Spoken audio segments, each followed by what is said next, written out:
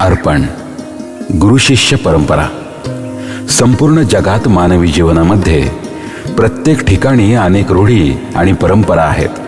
मानवाच्या जन्मापासून मृत्यूपर्यंतच्या जीवन प्रवासात वेळोवेळी आणि क्षणोक्षणी मानवाला अनेक परंपरांचे आचरण आणि पालन करावे लागते.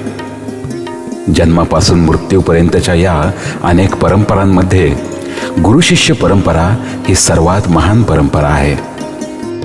आपण देवाची भक्ती करत असताना आपली भक्ती देवापर्यंत सहज पोहोचत नाही. आपली भक्ती चुकलेली, माकलेली, वेडीवाकडी जशी असेल तशी देवापर्यंत पोहोचवण्याचे मध्यस्थाचे आपले कार्य गुरु करत असतात. आणि म्हणूनच आध्यात्मिक जीवनामध्ये गुरुची महती अतिशय महान आहे. या परंपरेची सुरुवातच अगदी आईपासूनच होते. पहिले पाऊल टाकताना आईचे बोट पकडूनच आपण चालायला शिकतो. आई वडिलांनंतर जीवनाच्या वाटेवर आपण अनेकांपासून काही ना काही शिकतच असतो.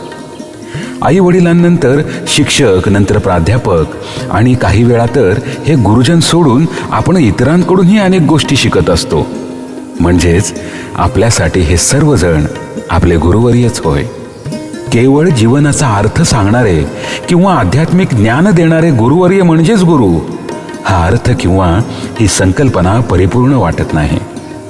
कधी कधी तर आपण प्रत्यक्ष न भेटलेल्याकडूनही त्यांच्या कामातून, त्यांच्याबद्दल ऐकलेल्या त्यांच्या वागण्या बोलण्यातून आणि आचरणातून देखील आपण शिकत असतो. कधी कधी कोणापासून तरी आपल्याला जगण्याची उर्मी देखील मिळते. हे सर्वच आपले गुरु होय. अशा या गुरूंची मनाच्या कोंदणात एक वेगळीच जागा असते.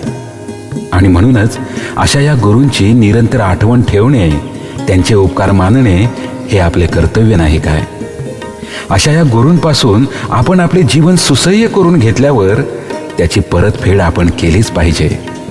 याच विचारातून, या परतफेडीच्या निरागस भावनेतून गुरुला आपले जीवन अर्पण करणारे शिष्य हेच खरे योग्यतेचे शिष्य होय. ज्यांनी आपल्या ज्ञानाने शिष्याचे जीवन फुलवले त्या गुरूंची महती ती काय वर्णावे.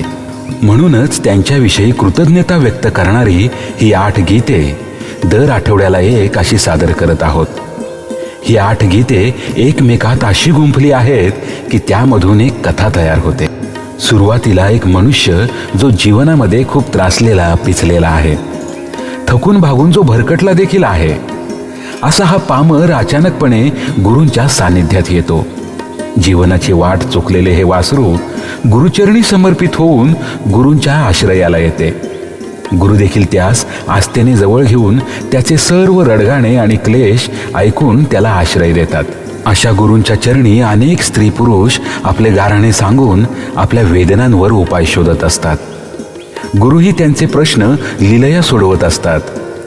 प्रत्येक शिष्याच्या मनामध्ये वेगवेगळे प्रश्न, उपप्रश्न असून त्या सर्वांची उत्तरे गुरूंकडे असतात आणि गुरु निस्सीम प्रेमाने त्यांचे प्रश्न सोडवतात. अर्पण या गीतसंग्रहामध्ये गुरूंच्या प्रती शिष्यांची असलेली निस्सीम भक्ती आणि गुरूंसाठी काहीतरी अर्पण करण्याच्या तळमळीचे वर्णन केलेले आहे. या संग्रहामध्ये गुरूंनी कोणी नाही कोणी कोणाचा या गीताच्या माध्यमातून जीवनाचे सार सांगितलेले आहे. शेवटच्या अभंगात गुरूंनी दिलेल्या साक्षात्काराने खऱ्या जीवनाचा अर्थ समजलेल्या शिष्यास या जगाचा उबग आला असून या जीवनाच्या पलीकडे असलेल्या दिव्य अनुभूतीची सुरुवात त्याला जाणवली आहे. आणि त्यातूनच अंधकारातून प्रकाशाकडे त्याचा खऱ्या जीवनाचा प्रवास सुरू झाला आहे. अशी ही पुष्पमाला गुरुचरणी अर्पण करत असताना अत्यानंद होत आहे. आपणासही तसाच आनंद आणि प्रेरणा मिळावी हीच गुरुचरणी प्रार्थना. शुभम भवतु.